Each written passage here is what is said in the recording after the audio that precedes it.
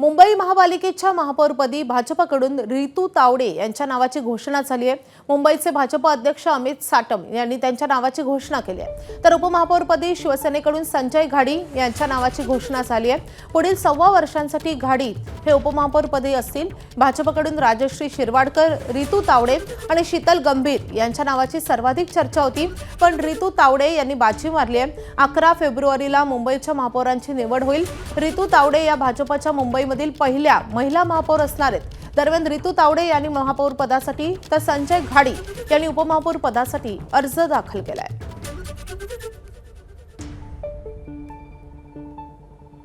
महापौर नाही तर मुंबईची सेवक म्हणून त्या ठिकाणी मी काम करेन। पण धाकधूक होती कुठे एकूण? धाकधूक बिलकुल नव्हती, आम्हाला कोणालाच नव्हती, कारण आम्हाला सगळ्यांनाच या सगळ्याच रणरागिणी आहेत, या सगळ्याच मेहनती आहेत आणि या एक युद्ध जिंकून आलेल्या सगळ्या जणी आहेत। त्यामुळे हे कोणाला मिळणार हे शेवटपर्यंत माहीत नव्हतं। भारतीय जनता पक्षाची एक शिस्त आहे, केडर बेस पक्ष आहे आणि वरिष्ठ जो निर्णय घेणार तो आम्हाला मान्य असेल। एकनाथ शिंदे साहेब यांचा मनापासून मी आभार व्यक्त करतो, महायुतीच्या नेत्यांचा आभार व्यक्त करतो, कारण त्यांनी एका सामान्य शिवसैनिकाला आज या मुंबई शहराचं उपमहापौर पद फॉर्म भरण्याचं या ठिकाणी संधी दिलेली आहे। 11 तारखेला ही निवडणूक आहे आणि महायुतीचे दोन्ही उमेदवार आम्ही महापौर आणि उपमहापौर हे दोन्ही निश्चितपणानं पुरेशा संख्याबळानुसार आम्ही निवडून येऊ अशी खात्री आहे।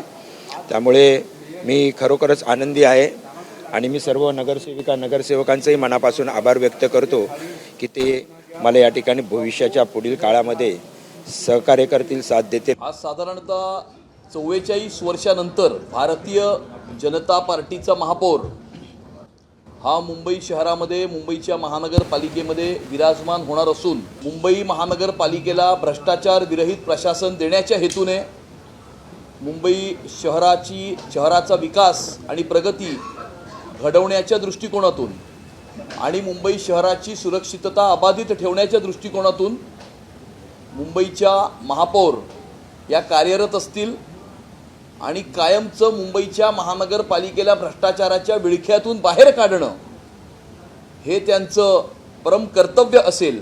मी रितू तावडे यांचं महापौरपदी विराजमान झाल्याबरोबर मनपूर्वक अभिनंदन करतो।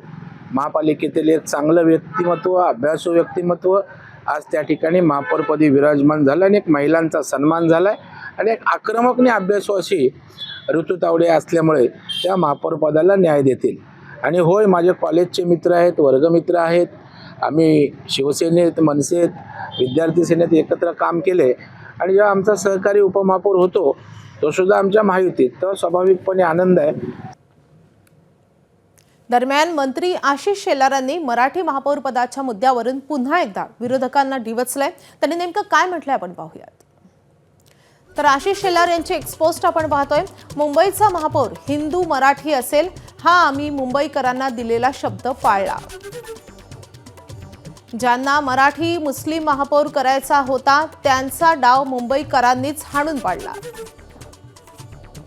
त्यामुळे भाजपा, शिवसेना, रिपाई महायुतीच्या पाठीशी उभ्या राहणाऱ्या तमाम मुंबईकरांचे आभार।